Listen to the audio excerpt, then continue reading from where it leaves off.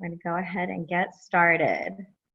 So again, I can't thank you all enough for being on here today. These have been fantastic, and there have been lots of different topics that we've learned about throughout these UWBC Lunch and Learns, and we've just been diving in a little bit deeper and deeper and touching on so many different things, so many needs and issues that you might not even know have existed throughout your own backyard in our community of Broward County.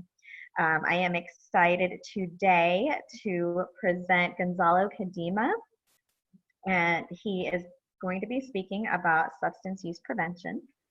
Mr. Gonzalo Cadima serves as Coalition Director and has over 20 years of experience in the substance abuse prevention field. He oversees the implementation of Broward County's Comprehensive Prevention Action Plan, which includes, but is not limited to, action teams, task forces, Broward Youth Coalition, and he co-chairs the Institute for Behavioral Health and Wellness, which is a collaborative with Nova Southeastern University. I am very excited, so thank you so much. Without further ado, I would like to bring on Mr. Gonzalo Cadima. Thank you very much for being with us today. Happy to be here, and thank you so much for the introduction and for the opportunity to share some thoughts. And I wanted to start saying that when we started to think about this Lunch and Learn, I asked specifically two BYC members, Broward Youth Coalition, and I said, I was coming up with some ideas. And I said, I don't want a PowerPoint presentation with a lot of facts and data and wording. And I said, could you please just look at some pictures for me? And I gave them some ideas. So they did. So the majority of what you're going to be seeing is going to be from their pictures and in a way from how they see things. They're both seniors at Pompano High Senior School. And this is the picture that they chose for COVID-19. And interesting. And as we were talking, we were also saying that these times are so difficult and things are changing. And I think it is safe to assume that there isn't a begin or an end time for what we're living right now. And when I talk about COVID-19, it's not like a beginning and an end, and then we can rebuild automatically. And in a way, we've been all kind of listening into public health, listening to the news, listening to so many sources, which I think are important to get a handle of. So when we talk about COVID, of course, we're going to be talking about a level of uncertainty. And when we do the prevention piece, right, we're going to be talking about some factors that are linked to what we do. But I think it is safe to say that we've learned that uncertainty is going to be with us for a while. We know that school is going to come back. We don't know exactly what that's going to look like. We don't know how people are going to react. So there's a lot of elements that are moving, and I think it's important to note that. But also, I think we've had a great opportunity wherever you look. We're starting to hear more and more about data, right? About what's going on in your municipality, at the country level, at the world level. And I think that's also valid to take into consideration when we talk about prevention. And when we talk about prevention, also science, right? We've all kind of become a little bit of like public health experts. We're getting these messages from what is scientific, what is not scientific, how we can respond as a community and individuals to what's happening now. And in a way, we've also have begun to really understand and grasp the concept of prevention. Not that we didn't have it before, but we kind of know that if we wear the gloves, if we do certain things, we protect ourselves from COVID-19. And I think that applies even more when we're starting to open up the doors and we kind of gauge, right? If I do this, I'm protected, or the chances of something happening to me are lessened, or they can be enhanced or become bigger. So we all are talking about medical conditions. Should we be out? Should we not be out? What's the distance? And all of these types of things. And we've started to see really strongly that prevention has to do with protection, and protection of ourselves, and protection of others too. So here's the linkage, right? Again, the pictures tell a tale. And what is the connection with substance use, right? How can we talk about substance use where so many things are going on? And because substance use is something that really affects the community, affects, I would even say, the potential of everything that we're trying to grow in the community, our youth, their academic implications to drug use, there's implications for relationships, and ultimately there are implications also for death. And anybody who has been touched by the opioid epidemic or knows of somebody, it's very difficult to quantify the cost of substance use has on our lives. And how do we go about measuring and preventing and basing what we do in science in a way that we can align our efforts? So one of the approaches that the commission that we've had, and we'll talk about, we'll go back, that there's certain things that put us at a greater risk, and there are certain things that give us protection, right? So the job of prevention is fundamentally enhancing or growing those protective factors and lessening those risk factors, right? So if we put on a mask, we lessen the risks, and we have different attitudes and different behaviors that do this, allow us to respond to the environment which we live in. I would also mention that when we talk about youth, and I was asked to share a little bit about what we're doing, we were talking about youth, right? And youth are wonderful and they're fantastic. But at the same time, as it relates to substance use, they are, and as they're growing up, in a very susceptible time, right? Susceptible time to start using drugs, right? Because they start to experiment. And if you see the graph here, you'll see the development of the brain does not finish at age 20, but it goes up to age 20, 25. And you will see that during the developing brain, you have youth that are starting to mature their brain. They're starting to get a handle on some major functions that they have to contend with.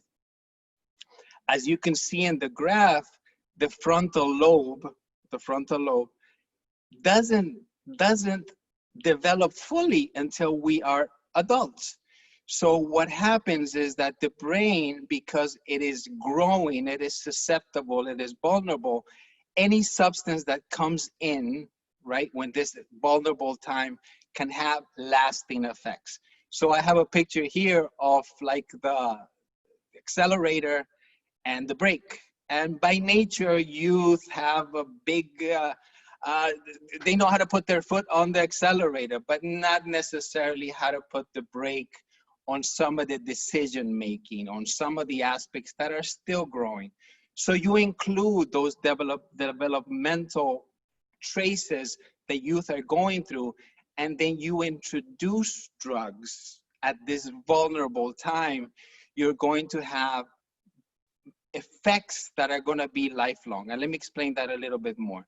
So as youth are beginning to use that brake as to have more control, the introduction of drugs at this time, the trying of drugs, the using of drugs, has implications, because we know that science pretty much tells us that when the earlier a youth tries these substances, the greater the chance that they develop a substance use disorder. So that's a very precise action point. If we can delay youth using tobacco, alcohol, nicotine, all of the above, we improve their chances that they're not going to develop a substance use disorder with all of the implications they have. So we have some action points. It is a time. We use the brain a lot in our educational opportunities. We work with the school. We do a lot of prevention, do that. And we find that talking about the brain kind of doesn't stigmatize so much what we're doing, but asks us, how are we protecting our brain? When does our brain fully develop? How can it affect the normal growth and our potentials as persons? So that's important. So going back, we have some times that are riskier and we have some other elements. And just like we have risk factors, meaning risks that put us at a greater possibility, factors are elements, right?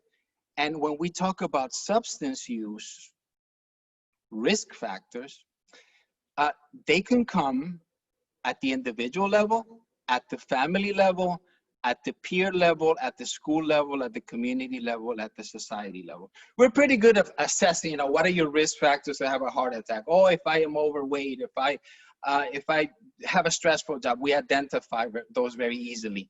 But there's the same science and the same risk factors for substance use. At the individual level, like we know that the youth that don't have the ability or the connection with family factors, or that are exposed at a greater chance at childhood trauma, like having their family become abusive, violence in the home, even the way they face their day-to-day living with the unit can become a risk factor. Peers, of course, they want to belong, but having peers that are not necessarily pro-social, and they may have a negative influence. Schools that do not really integrate and really value and provide the opportunities that are so necessary for youth. Community in the sense that there isn't the opportunities for youth to do positive pro-social things. And a society that sometimes is not listening to what youth and children have to say. So in addition to those like risk factors, right, we have other ones that are happening now. We did a survey with youth, and it appears like stress is something that is going on with everybody, but especially with youth, right? As we talk about stress, stress is not necessarily a bad thing. It actually allows us to respond and allows us to it's the human ability to be ready, to be proactive, to be in a kind of, I don't know if the example is valid, but the fight or flight response that allows us to, in a way, survive. What happens is when stress becomes more of constant and there's overexposure to that, it tends to wear the body down. So the body, right, when we talk about the body, we're talking about the mind, we're talking about our feelings.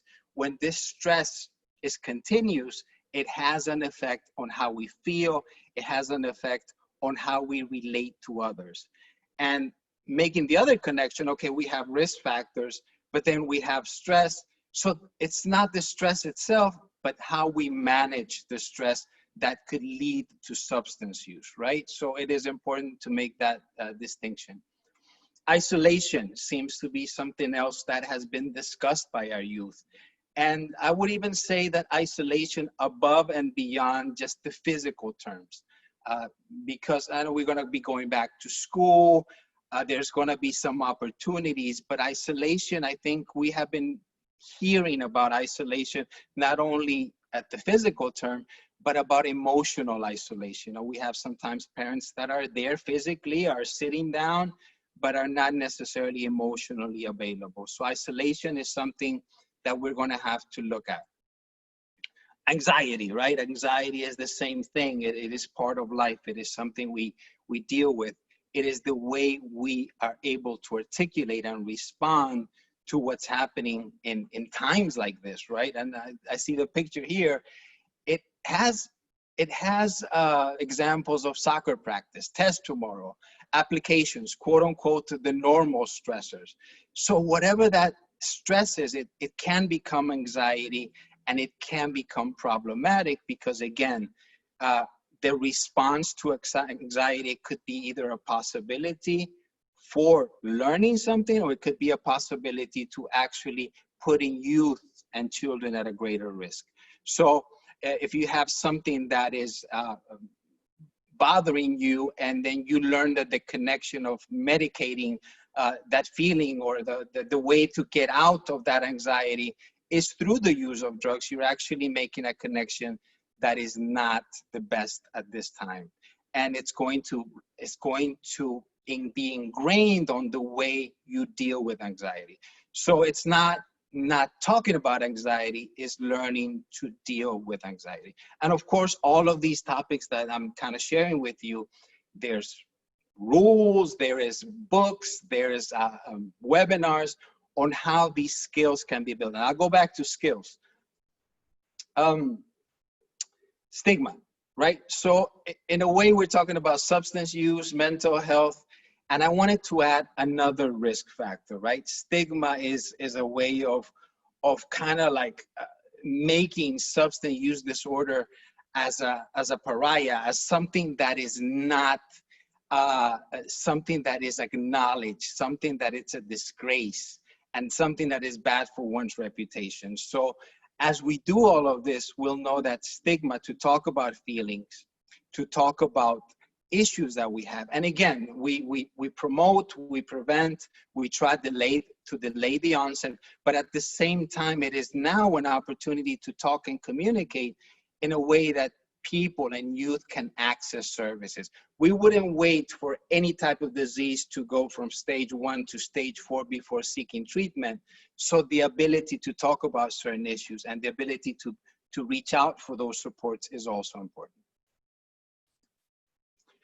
And so how do we do this? So, okay, we have the risk factors, we have some things that we can do, some things that we can look at. What is it exactly that we can do in this difficult time where things are changing so often? And this is another beautiful picture when about the immune system. Like, we all kind of got an understanding that our immune system is an important part. We have to protect it. It learns, it bounces back, it allows us to fight, and so on and so forth. So how do we build this knowledge of having a system like that that is going to lessen the risk and improve the protective factors? The protective factors come at the different levels, right? So the kind of bad news is, like, we have the risk factors. The kind of good news is that science tells us that there are things that we can do which serve as protective factors, right? So the more protective factors, the more consistent these protective factors are, the lesser the chances of someone using drugs or developing any type of antisocial behavior. So at the individual level, we have social skills, right? So even though the academics are really important, social skills, flexibility, right? Problem solving. It's not necessarily to know something, but to use that knowledge, and we can instill that knowledge in youth to be able to deal with the common day problems or big problems in a way that they can learn those skills to resolve them. It's also important to be the family, right? The trust on the family, the connection to the family, caring, autonomy, purpose. All of these things that seem so abstract are actually science-based factors that make for strengthening this immune system or these protective factors. Same thing with family, right? Families that are able to connect at different levels, peers.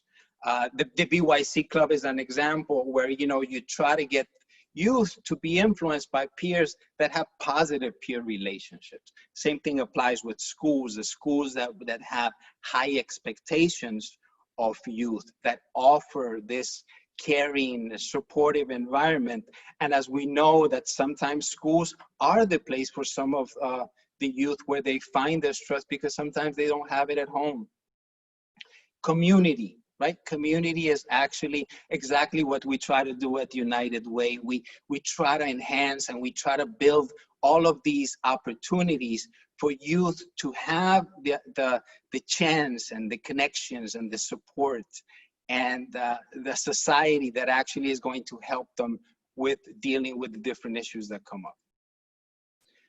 So there's a lot of evidence of parenting, and some of them include, you know, nurturing the support skills, discipline skills, problem solving skills, which we talked about. And this is a really nice graph. This wasn't submitted by the girls, but I think there's a new element that school is not only the academic piece, or that these protective factors are not only knowledge or having the facts, but they have to be linked to social and emotional learning. It's the ability to be self-aware, right? So it's like the self-awareness begins with how I feel and how that's acknowledged and how I can manage it. Social awareness, relationship skills, responsible decision making. So as we go through and we go back to schools, probably some of these elements are going to be even more important than they have been in the past, because those are the connections and those are the factors that we need to work on. At the same time, it's kind of like a pause, right? A pause in the sense that what are we doing and kind of why are we doing it? And the more I talk to youth, there's so many elements that we have to acknowledge, that we have to take the opportunity. Like we said, out of the crisis, we try to turn it into an opportunity for learning, an opportunity for enhancing those factors. Values, you know, values are such as a beautiful picture of community service and bonding, are not only things that we should do, but they're actually protective factors. When there's low attachment to the community, when there isn't these opportunities for youth to be successful, it's a risk factor. But if we can provide and keep giving them the opportunity to do that, the skills, the opportunities, the rewards, the celebration of everything that they do, we'll be moving steps on that direction.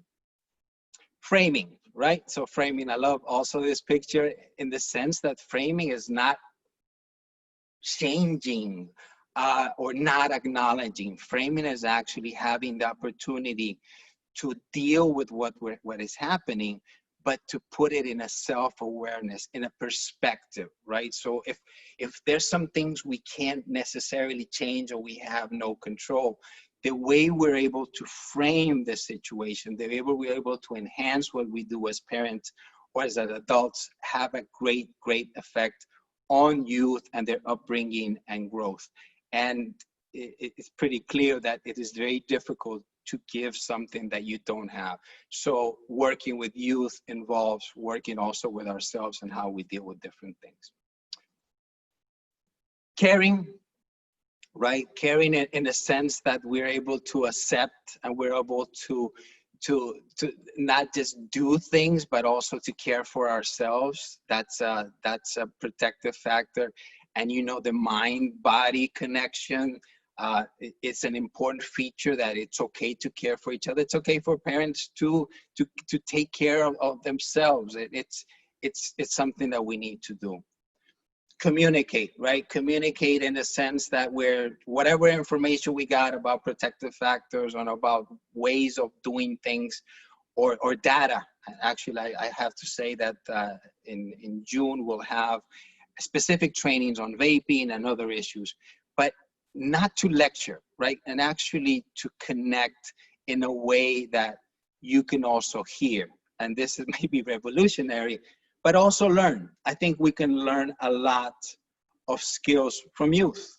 Resilience is one of them, and we'll talk about that. Connect, right? Connect in a way that's meaningful, connect in a way that's empathetic.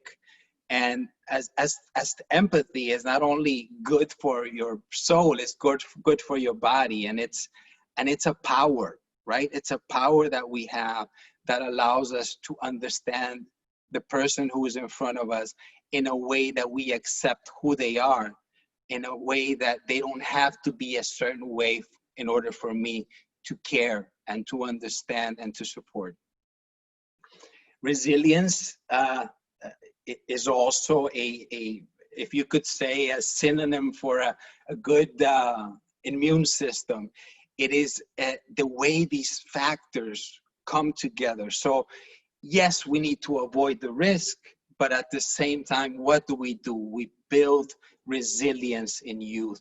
We help them, right? We support these factors.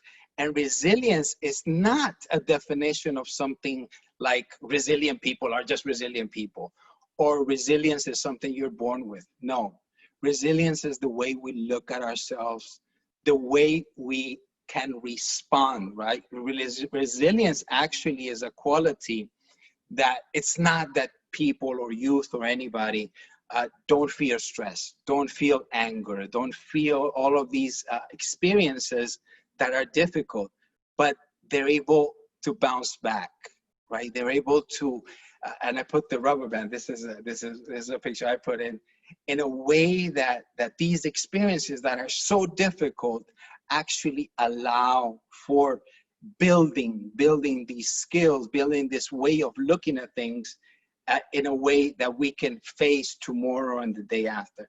And it has to do with confidence, connection, character, the things that we've been talking about, self-awareness, which is something that's important. But it's also like a muscle, right? It's like a muscle. It's not like okay, cognitively, I get it, I get the idea, wonderful. And then I communicate it. No, it's actually something that needs to be practiced, that can be practiced and can be done in simple ways. It's not the idea to come up with complex solutions, but in a simple way, know that what we're doing has an effect, and it has an effect in prevention. And one of the things that I really like about resilience is that one of the factors about resilience, as there's many authors on resilience, is to find and to maintain joy, however you define it, right? How do people that have resilience are able in the most adverse circumstances, whether it be music, whether it'll be things that help us react and respond, they are able to find it. So joy, celebration is also part. And resilience is kind of like the science or the art form of turning crises into opportunities. And that is definitely a lifelong skill that we have. Rituals, right? Rituals don't have to be related to, this is something else that is easily done at home. They don't have to be related to a religion. It could be a ritual of watching a TV show together. It would be maintaining the rituals that we've had with technology. It could be maybe coming up with new ones. And rituals give us a sense of stability. So as we are accepting change, the certain things that we do give us the sense of comfort and sense of belonging and connection. Affirmations, right? Affirmations are very simple to do. There's many materials for youth to actually work on diaries and to practice affirmations. But these affirmations actually have an effect on the body. Again, this is not just abstract. This is like if we can create affirmations on a daily basis for youth and children that instill hope, that instill self-confidence, that so that things are going to get better and things are going to be, we're going to be dealing with this together are important things. Facts, yes, facts. And because we're talking about the emotional and kind of the psychological aspects, it is important to know the facts, and it is important to have access to the facts, because nowadays you can go on the internet and you can find kind of like what you want to find. So just to tell you, we have toolkits for parents on each one of the substances, which I'll mention at the end. But it is important to know where you're getting your facts and to be informed about what's happening. Youth, this is a picture from our Youth Leadership Institute. They are beings that when given the support and given the opportunities and given the structure and given the supervision, can thrive and will thrive. Children, in the same way that we talked about risk factors and protective factors, we can also say that prevention doesn't need to start in adolescence, right? Because even though there's a higher risk, because there's that risk-taking factors and accessibility, so on and so forth, we have to begin with prevention with children. We have to give them the messaging of love, of acceptance, of dealing with what is happening today as an opportunity. And they propose to us a challenge that is a lifetime of prevention, not to get away from things or not to do things, but actually to focus the talent, the potential, the uniqueness of each being. Support, it is not a bad thing not to ask for support. Actually, support is a necessary thing. I will not, and I know the other lunch and learns talked about suicide prevention and knowing some signs. 211 is something that we all should know about, but it's also look for everyone to look for support and to look at what is available to help us navigate this and navigate anything that's coming up. Positivity, again, is that there's more and more studies on happiness, on being positive. It is the way we look at things, right? And there's some sayings that talk about the way, when we start changing the way we look at things, the things we look at start changing. So the positive framework as to how we acknowledge, do we focus on the pathology? Do we focus on what's not working? Or do we focus on what is working, and do we strengthen it, and do we share it? Patience. Patience is really, really, really important. Patience with ourselves, patience with our expectations. It is a skill that we need to work on, and we're going to have to rely on it because there's a lot of uncertainty, and uncertainty causes stress, and uncertainty causes anxiety. It is how we deal and negotiate with our internal feelings that can help make a difference in youth and children. Gratitude, again, right? So all of the stressors are coming about, and all of these things are coming, and now parents are kind of like CEOs, and they have to do the work, and they have to be the school, and it's all of these things. To take a minute to be grateful for what we have, the opportunity we have to have an impact on others is also evidence-based. Resources, right? We need to know more about what's available in our community and what we do. United Way has 3 pillars, financial stability, health, education. And I know with Heather a couple of weeks back, you also know the importance of the social determinants of health. How do we help people have the minimum elements so they can face and be, we can help them navigate, and things are going to get difficult, but what do we do? What can we do from our place?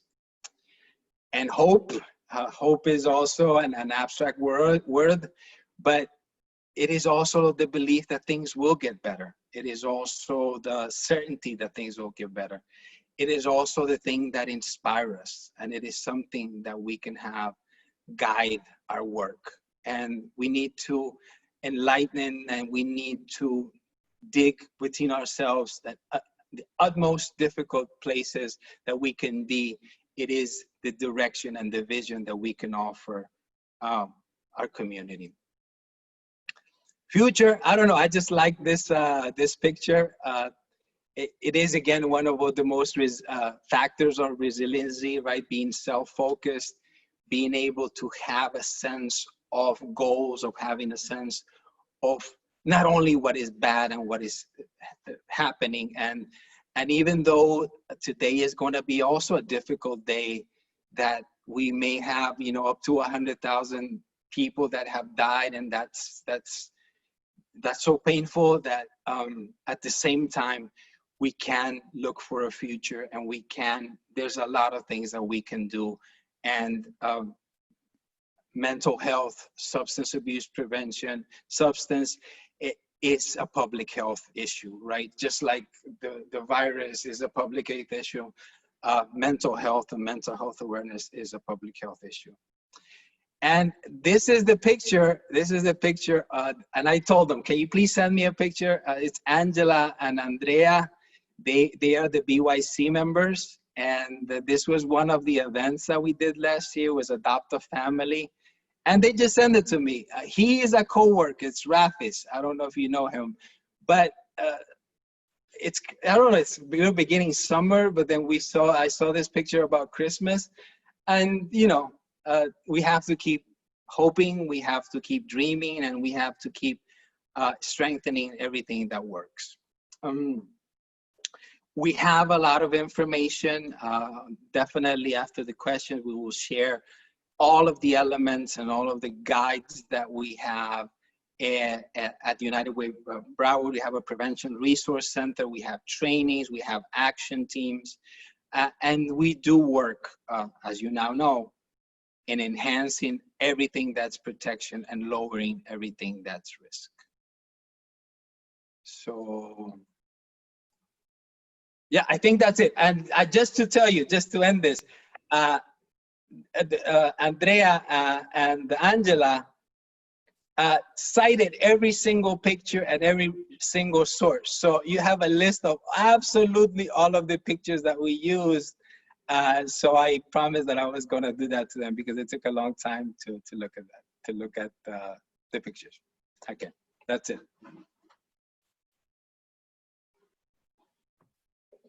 Great. Thank you so much, Gonzalo. We're going to be looking for questions. If you have her in the Q&A area as well. I kind of want to start out with one, Gonzalo. So my question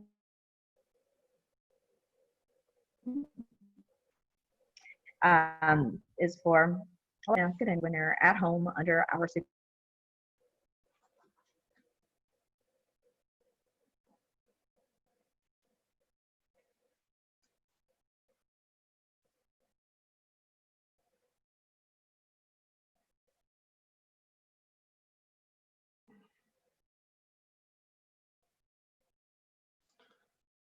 Hello, you're cutting out, but what I'm going to do is go ahead and go into the question, and it says, somebody is located in West Virginia. I wanted to see what ideas you had and recently started a position there. Okay, we will send information about the coalition and all of the experiences and all of the materials that we have, and we'll be more than happy to share everything that we're doing in Broward County.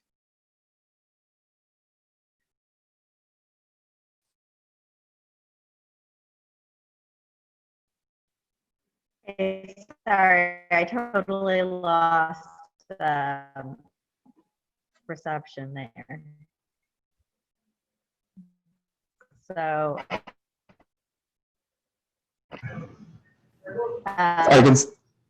my question was, and everybody else is frozen. Can you hear me? Okay. So my question is return to consume adults. Okay.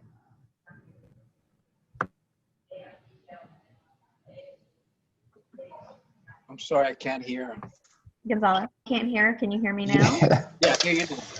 Okay, great, great. Okay, so I was saying my question is for our parents who want to know about kids at home and alcohol consumption. Is that safe to do at home under adult supervision?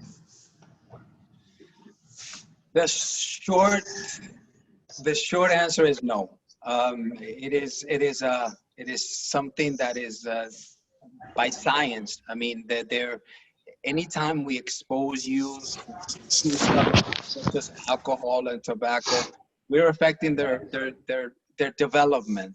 And to do that, and to actually do that, it has consequences, right? You cannot do that in a way liable for providing alcohol home to the family. But I would say that is actually one of the aspects that we work on. And there's also this misinterpretation that alcohol is okay and it's not a drug, which is actually a risk factor. Alcohol definitely has a lot of implications on the body and decision-making process. So the short answer is no. Thank you, Gonzalo. Okay, I think Ryan has a lot of questions in the queue, so we'll bring Ryan up. All right, good afternoon, Gonzalo. We have Diamond is asking, what happens if a child has already had experience with drugs?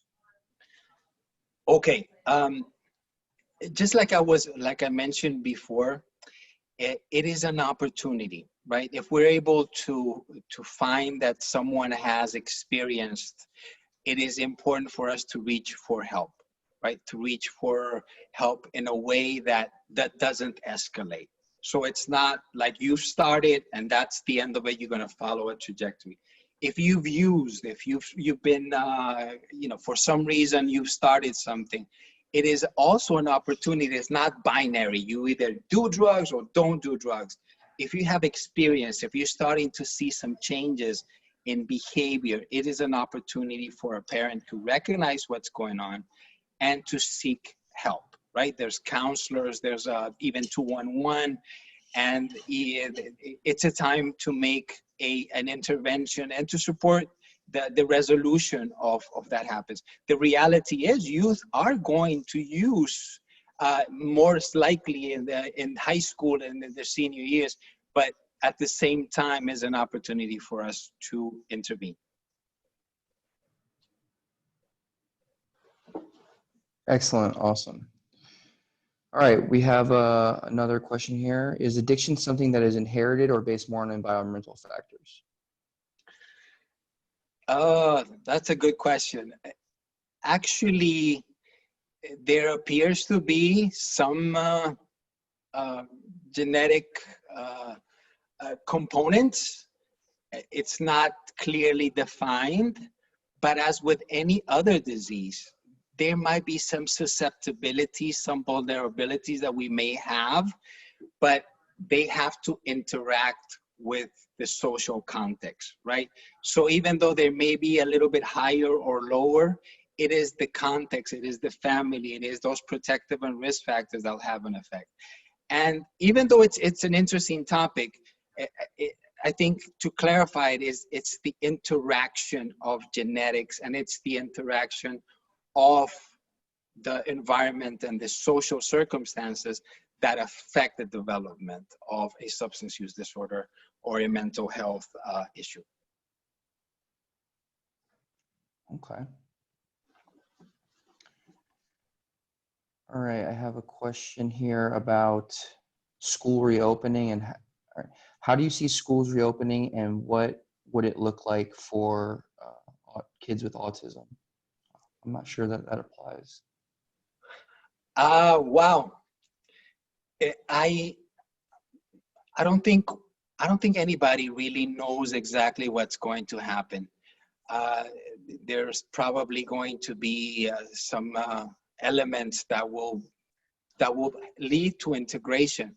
But I do think what the valid point is here is that we are able to adapt to it, right? And I want to also mention that the wonderful people and parents where they have to deal with other mental health issues, that we acknowledge that they may be feeling and they may be experiencing something that is very, very different and very difficult, right? We know that children with autism tend to need more of a structure, more of a routine.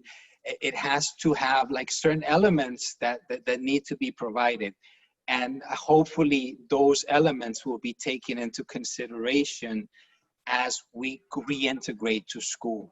And we have to be posted and we have to be advocate also for the realization that there's people we know that are dealing with this on a day-to-day basis and are trying to do the best that they can, and to also acknowledge the resources, the training, and the actual setup that are going to be having to deal with because of the special needs. Excellent, thank you. All right, how broad a variety of programs or initiatives does the Commission and Broward County have to partner with smaller nonprofits who tackle shared issues? That's a great question. We have, as a coalition, we do multiple things. We have campaigns. Actually, we're working on a campaign right now that's going to address the caring, the communication, and some of the factors we have been seeing. So we have campaigns.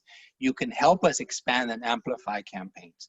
We have materials that we can share, right? We can definitely share our toolkits. We have vaping initiatives, vaping prevention initiatives. You can participate in that.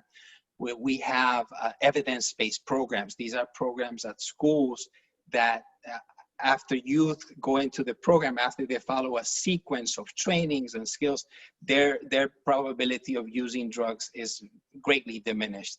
And we have events, and we have just campaigns and different outreach to parents, right? We do trainings to parents, or we come together.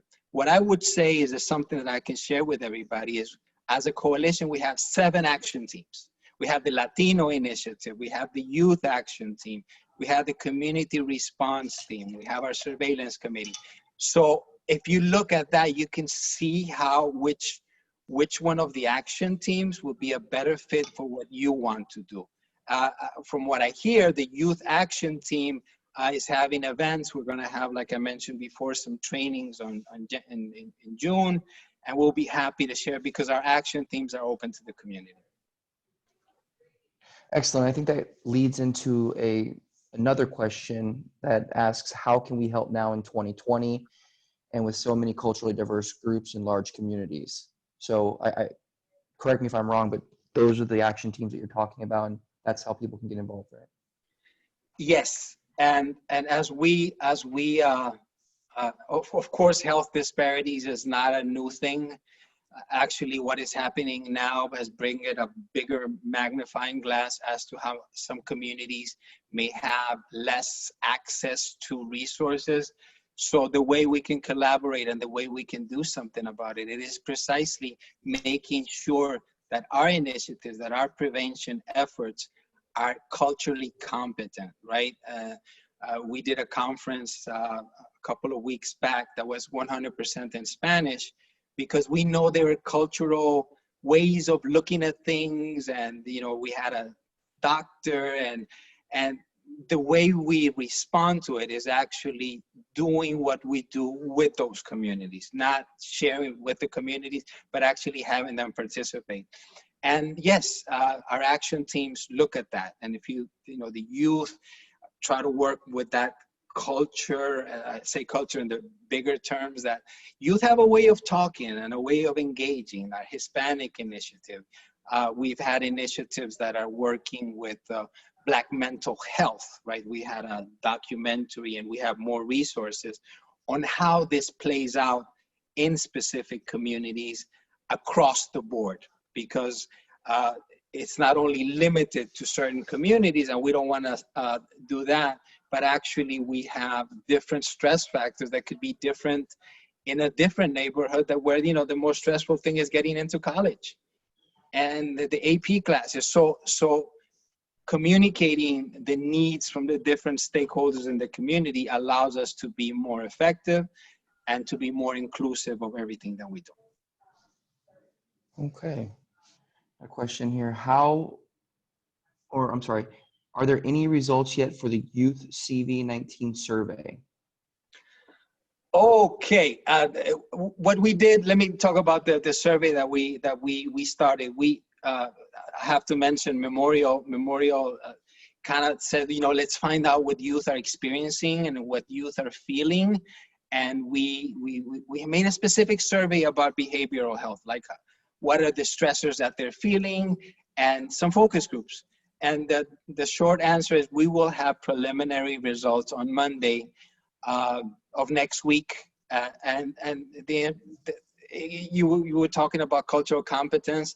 We want to make sure that our programs, that our messaging, that everything that we do aligns with what youth are feeling right now. And some of you may have gone to our Youth Leadership Institute. We're going to have it virtual this year. So the results from that survey will also allow us to have components, right, for the training and for youth to access that are their concerns and their ideas, and they're coming up with talent shows and all of that kind of stuff.